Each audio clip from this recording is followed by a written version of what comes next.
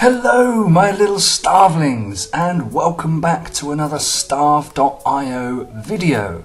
Today I'm going to be showing you a survival guide for the forest. A simple guide from beginner, absolute beginner, to someone who can survive long enough to have a couple of hours of game, potentially maybe build themselves a base and get a little team together and have a little bit of fun. So, first thing you're going to want to do, if you spawn at night, if you spawn in the day, obviously this is totally different, it's a lot easier, but I chose to spawn at night to show you that it can be done without dying. Grab yourself 10 pieces of wood, make a wooden pickaxe, and then go and hit some stones until you've got 5 stone. Go back to a tree and hit that until you've got 25 bits of wood and craft a fireplace. That's the first thing you need to do. Otherwise, you're going to freeze. Now, this is a guide for solo players, guys. This is not a guide to show you how to work as a team, because that's totally different. You could have one person make the fire on a team and everyone else can go and collect the food. Someone could go and get gold, place down a box, you pull together and give each other food and things. It's a very different game when you're together as a team.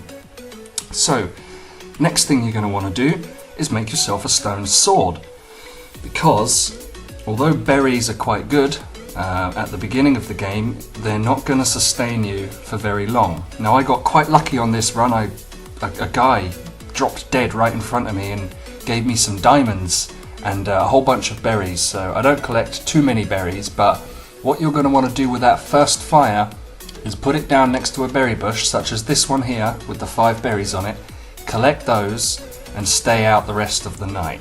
The moment it turns to day, you're going to want to go and collect loads of stone and wood so that you can build yourself your sword. Upgrade your pickaxe to a stone pickaxe, that's 15 stone and 50 pieces of wood, or 50 sticks as some people like to call them. Craft yourself a workbench as well so that you can build all of these things, and put that near your berry bush so that you can get food, upgrade your tools, and then continue to hunt. The next thing you're going to want to do, if you have the ability to, is get gold. Once you've got that stone pickaxe, go and get 20 pieces of gold and upgrade it to a gold pickaxe, which again I think is 50 pieces of stone, 50 wood, maybe it's 80 wood. As long as you've got plenty of resources in your inventory, you're going to be able to build all of these things. But that's the main priority. Get fire, get tools, upgrade. First thing you want to do before anything else. You see a lot of players say, oh no, build a book first. Oh no, build a backpack first. No guys, build your tools. Trust me, you're going to benefit greatly from building tools. And as you saw there, you can recycle some tools. If you get extras from a player's box, you can recycle them. So, what have we got? We've got a berry bush. We've got our fireplace. We've got a crafting bench. Next thing we're going to want to do is get some water. You're going to need to go and find a lake, craft a spare fire at the beginning before you make any bottles or anything like that, and just stand in the lake to get yourself some water. Remember to watch your breath bar. You've only got 4 ticks of breath, which I believe is 20 seconds. You can only stay in the water for 20 seconds before you start losing health. So don't do that as well. Make sure that you watch those bars there. Also, you get very cold when you're in the water at night. Very cold, very quickly. So make sure you've got a fire next to you if you're going to stand in the water. Okay. Now, as I said before, you'll be on a gold pickaxe. I'm on diamond because I got lucky. And then you want to get yourself your gold sword. And now it's time to start hunting for that backpack. We're collecting wolves. Now, wolves are very easy to kill. Although they have a lot of health, you can essentially back off away from them and continue to hit. You don't need to lift off of that left mouse button. Same with the spiders. Actually, the spiders have got a lot less health now. So, yeah, you see right there, I was stood in the water, my heat bar dropped. It completely bottomed out. It zeroed out right there because it was night time and I was in the water. You get very cold doing that. So right here, you can see wolves are really easy to dodge. Just try to always be moving away from the direction they're facing and you'll never get hit. You'll never take damage from them as long as you continue to move away from them. And as I say, keep collecting wood, keep collecting resources, keep collecting gold, stone, any berries that you see like this, grab them, why not, it's extra food. And you want to find those wolves. You need, I believe it's 5 wolf pelts and 6 pieces of string. Now, helpful tip, the bottom of the map is covered in trees. You can farm down there quite safely. There's not so many people that hang around down here, so if you're having troubles or you're being harassed, you can come down to the bottom of the map to farm your wood. People should leave you alone. Don't quote me on that. Sometimes they will follow you. This is a bad maneuver. Try not to do that. If you see animals or mobs inside the water, try not to attack them there because you're very slow with your weapon out in the water. Very slow. So actually that was a bad maneuver, so don't copy that, guys. And right here you'll see I'm standing in the fire, I'm gaining heat and I'm gaining water at the same time. You can see right there. And you watch the ticks go down. Once it gets to about a quarter, you really want to get out because if you're chased into it by then, you're going to drown. And you see right here, it's easy to kite multiple wolves at the same time. You just got to keep backing away from them. Spiders only take 6 hits, I believe, with the gold sword. So they shouldn't really have the opportunity to web you too much as long as you don't go right into them. The best thing I can say for maneuvering spiders is if you can see which direction they're going to charge at you from, head in the opposite direction, because you can actually walk straight through a spider and through its back without it harming you at all, as long as it doesn't web you. If it webs you, you're going to take 1 or 2 hits before it dies. Probably 2 with the stone sword, maybe 2 with the gold, definitely only 1 with the diamond swords. But we'll get into going into the winter in another video. That's a completely different ball game entirely. The winter's a very different play style. So right here you can see I've built myself a shovel. I got 25 sand, I'm going to build 1 bottle, and that's going to be enough to sustain me in the forest. Because there's so many lakes around, I'm really not going to need to build many more. So let's collect some more wolves. I've already built the backpack. And that's a neat little trick there. You don't have to go into the water, but you can stand right on the shoreline there, and if the mobs are attacking you, you can run up and down that, and they won't harm you, as long as you don't stand still. So what are we going to do next? I think maybe the guy might build one. No, he doesn't build any more bottles just yet. So as you can see, I'm just mining more resources. You'll be getting a little bit less than I will, because you won't have diamonds, you'll have gold. As I say, I got lucky. That guy gave me 20 odd diamonds at the beginning. And see right there, so I moved up, I made the spider charge up at me, and then I moved down. And that is what pushed the spider away from the direction I was, and it allowed me to kill him without taking any damage, without even getting webbed. And you guys can do that too, it's just a matter of practice. So, 4 pieces of paper. I think I need to find 1 more spider, and I believe that's up here. There he is. So I kill him, right, just like that, and then I craft my book. Now the IKEA manual is very useful. It helps you craft things a lot faster, so it is useful to get, but I don't usually build it at all until I've got a backpack. It's quite a bit later after I've started when I build those. And then it's very quick to fill up the water bottles, it's very quick to craft your foods. You see, once again, the spider didn't even hit me. It didn't even web me once, it got nowhere near. So I'm making sure to collect plenty of resources. And then here, I think I'm going to show you, yes, there's a lot of mobs here. And this excites me quite a bit because I'm thinking, right, I can collect a lot of resources right here. I can get a lot of pelt, I can get a lot of string. And I'm showing you that even with the sword out, you're faster than the wolves, even when you're swinging. So actually, you can kite multiple wolves, it's not a problem. So don't be scared of them, guys. Don't be scared of spiders anymore either, because they're weak. They're weak now. They're easy to kill.